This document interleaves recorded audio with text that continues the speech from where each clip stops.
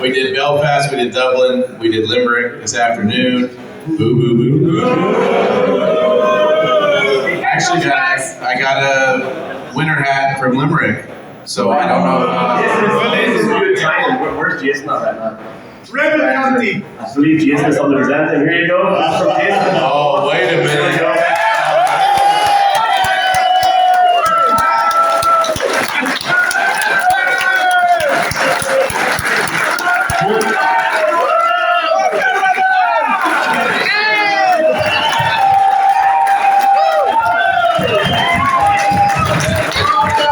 I gotta check the size before I put it on. Second.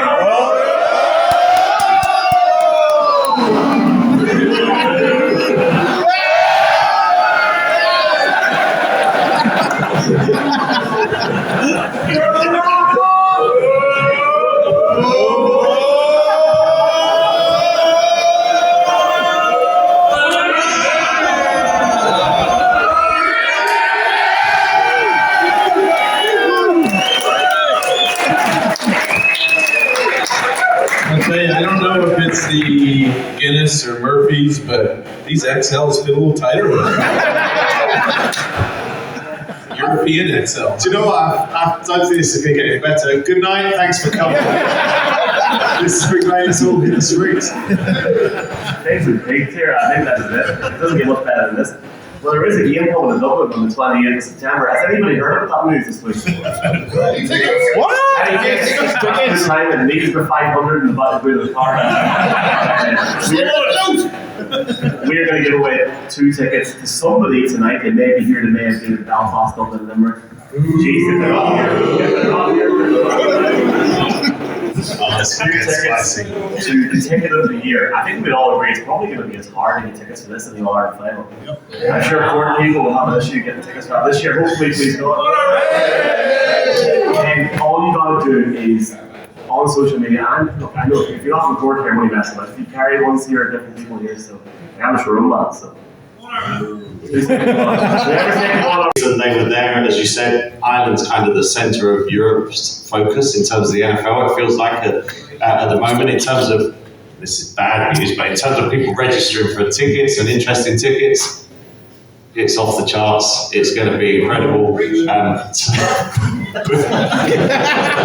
know what? We'll take the game back. It is incredible. It's historic times for the NFL. We've talked about this the last few nights. The NFL is a business, and they won't play games in front of empty seats. So the reason they're here is because of what you guys have done and the buzz that Michael's created in the last couple of years doing the shows as well. I've been really fortunate to come over. I don't know, half the places I've been. Some Dungannon, was that one? It's been fantastic. You guys are great, and it's certainly made an impression on you. Yeah, and just to jump and piggyback on that, I was a few weeks ago lucky enough to sit down with Mike Tomlin, just having a casual conversation. And for us as players and coaches, when we started coming over to Europe, and I played a London game in 2015 at Wembley. You're looking at it, and then you get thrown into the international game, and it used to be, oh my God, we're going over there. How much toilet paper do we need to bring? It's 2-ply. But then it's also, just getting thrown off your normal schedule, and it was viewed a little bit as a nuisance. But look at Minnesota this year; they're playing 2 games in a row here, one in Dublin, the second one in London, correct? Yep. And so now teams are looking at this as a unique opportunity. Minnesota looks at it as, boy, we have 2 weeks here to really get our team to gel together, to get them away from all the distractions and things in the States. We've got a young quarterback that's going to be playing. Let's get over there and really get our team to bond and grow as a team. Great situation. So when I asked Mike Tomlin, I didn't know what he was going to say. And you guys have probably seen some of his comments, which, number one, representing the NFL over here, for him, he sees it as a great honor and takes pride in that. But number two, and the thing that really struck me was he was talking about the late, great Ambassador Rooney. And this was his dream, was to have an NFL game over here. And so the pride that he had in being able to do that, deliver that to you guys and represent the NFL for Ambassador Rooney. He's really, really excited about that. And you couldn't have got a better game. I mean, these two teams with the Steelers represented. I know a lot of the Bills fans are disappointed because they wanted to come out here, but Minnesota won 14 games last year. I mean, they've got some real talent on that team, so you guys are going to get a great game.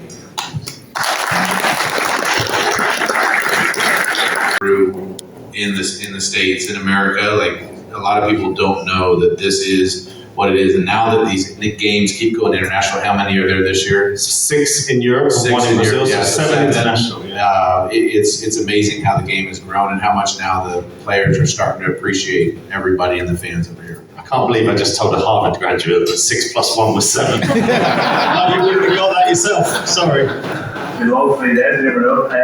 Good dive man here as well. You had a chance to meet Charlie Smith.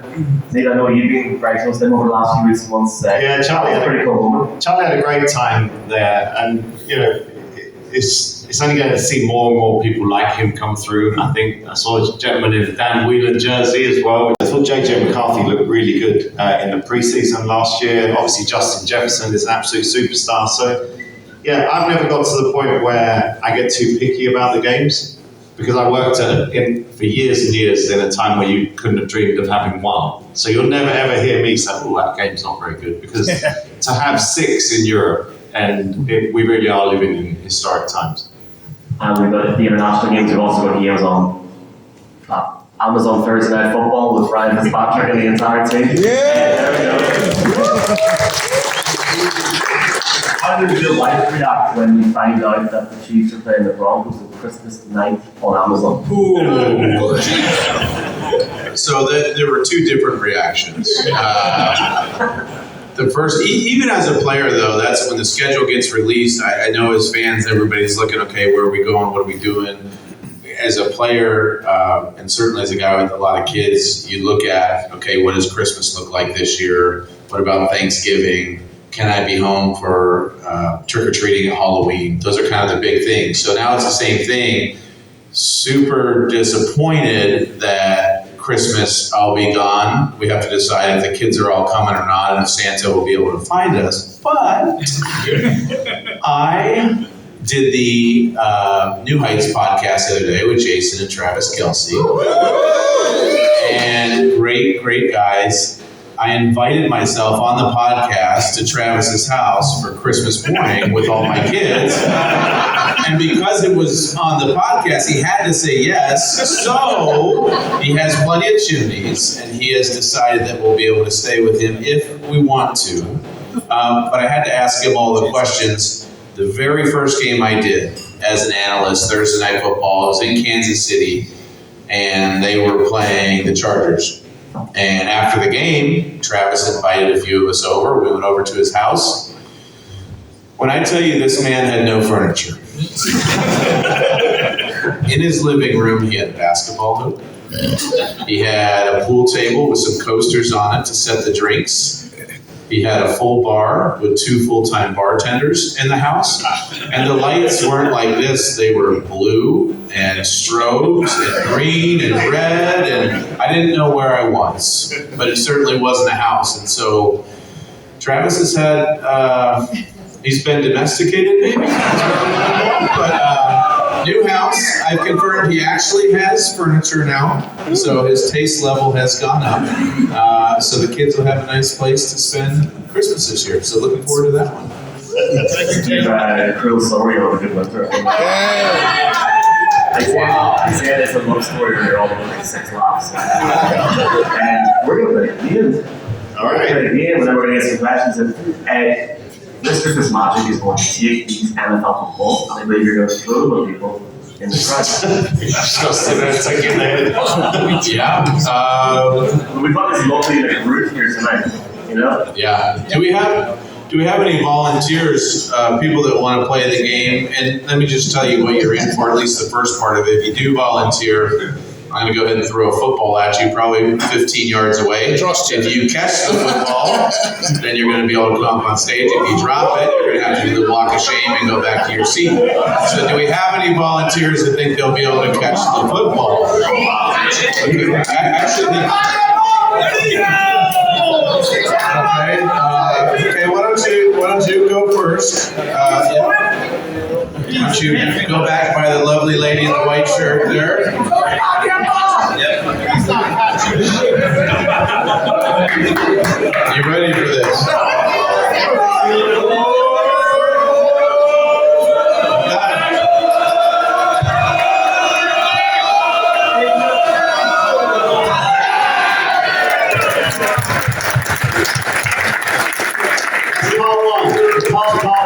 Yeah, you're up. All you gotta do is scan it. Yeah, all you gotta do is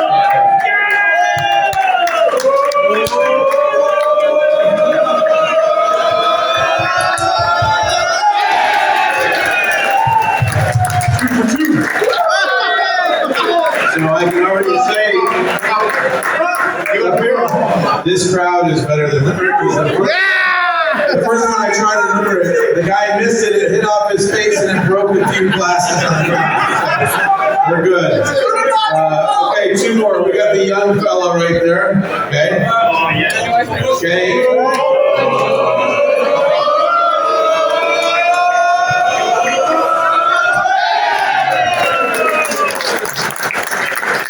Okay, and Mr. Green Bay in the back. Stay right there, though. Stand up and stay right there.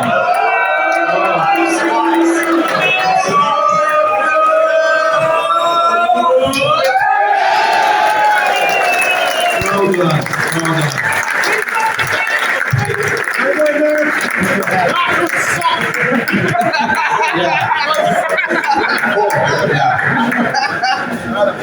That's new Packers number 1 receiver. So Michael's got tickets, he's just not telling you, so you can talk to Michael about the tickets.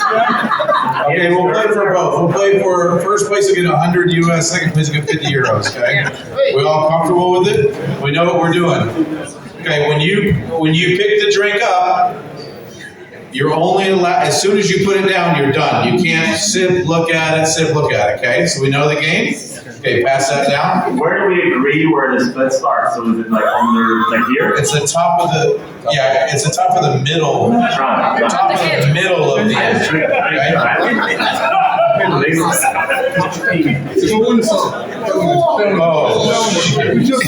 not fair. So like this part of the M right here, closest to the middle, you're going to get to the closest to the middle of the M. So I'm going to tell you right now, it's either going to be 2 enormous gulps or 3 gulps, okay? Winner gets $100, loser gets 50 euros.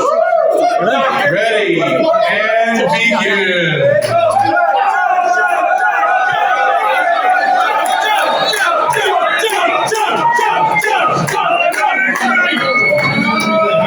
He lost it to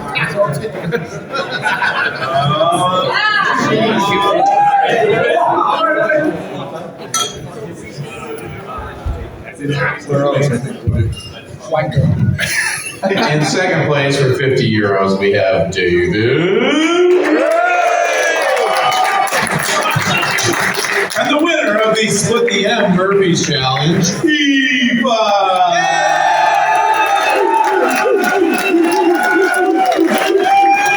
Well done, you give yourself a free point for that. Sit down, thank you.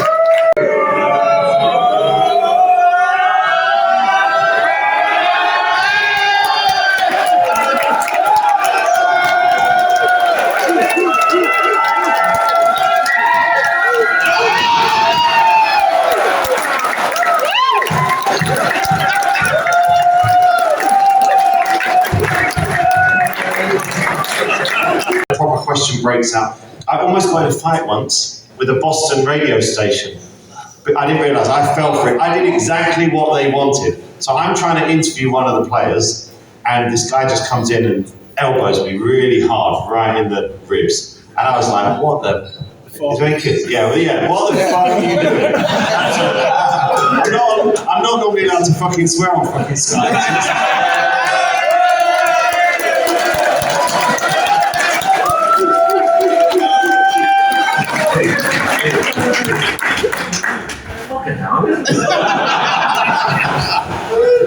And I turned and squared up to the guy and was like, what the fuck are you doing? And I realised underneath was their microphone from their radio station. That was the whole bit, and I fell for it. Talking actually in the break about, I like to take you guys sometimes where you can't go, you know, like access that you don't get and tell stories. That's what I love to do. And one of those times in 2010 took me to the home of Joe Montana. And I was like, I'm literally sitting in Joe Montana's film room in his house, interviewing him. And I'm like, this is a pinch me moment, because I was growing up with Dan Marino posters all on the wall. I was learning to hate Joe Montana. And then I was really conflicted because Joe is the nicest man you'll ever meet. And we had a great time, and he was so generous with his time. And the flip side of that, the very first time I met Dan Marino, old boy, was it awkward. And I was like, I was crushed. Well, not me. So Dan, we were in Trafalgar Square. We were doing a 20-minute interview on stage at one of the fan rallies. Oh, you're really good at those. I remember that. Yeah, they're great, aren't they? Actually, I was Big Ben, Dan. That's it. I think you may be onto something. Maybe it was me. Dan was really, really defensive and really nervous before. He's like, what are you going to ask me? How is this going to be? And but then luckily, that was an awkward. I said, we're going to be fine, and we were fine. We had a good interview. And then, like, that was a pinch me moment again to meet Dan Marino afterwards. 2 years later, we sat and did my podcast, and I ended my podcast. I don't really do this very often, but I said to Dan Marino, I actually said to him at the end, I have an amazing life. I go to Super Bowls, I go to training camps.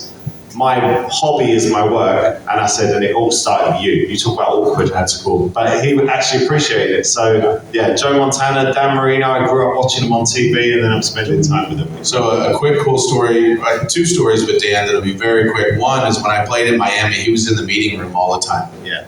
And it was unbelievable to pick his brain, to ask him questions. But he'd always just sit there real quietly and respectful and let the meeting go on, and then the coach would leave the room. And his answer to everything was, Fitz, why don't you just throw it deep? I'm like, okay, Dan, great. But the other cool one, You're playing the duper. so I know there's a lot of Niners fans here tonight. So Brock Purdy wears 13 because of Dan Marino. And if we do the math on that, I think Brock was 1 year old when it was Dan's last season in the NFL. So Brock Purdy's dad was a huge Dan Marino fan, and that has stuck with him. But I had the privilege, so Brock and I grew up in the same hometown, and so his high school coach was my brother's high school coach. Brock thought he was going to get drafted earlier. I think a lot of people did as well. It was surprised that they got to the 7th round. He hadn't been drafted yet. And so his high school coach gave me a call, and he said, Ryan, I know that this was similar to your story. Can you call Brock and essentially talk him off the ledge? And so I called Brock, and we had a great conversation and just said, essentially, like, this isn't going to be your story. Your story is not going to be, not being drafted or being drafted late or being drafted later than you thought you were. It's what you do with it. It's what you make of it. And he's been such an unbelievable guy everywhere he's been. But, man, you want to talk about a dude that has straight up just earned a contract in the NFL? It's been unbelievable. What are you pointing at over there? Is he sleeping? Oh, no.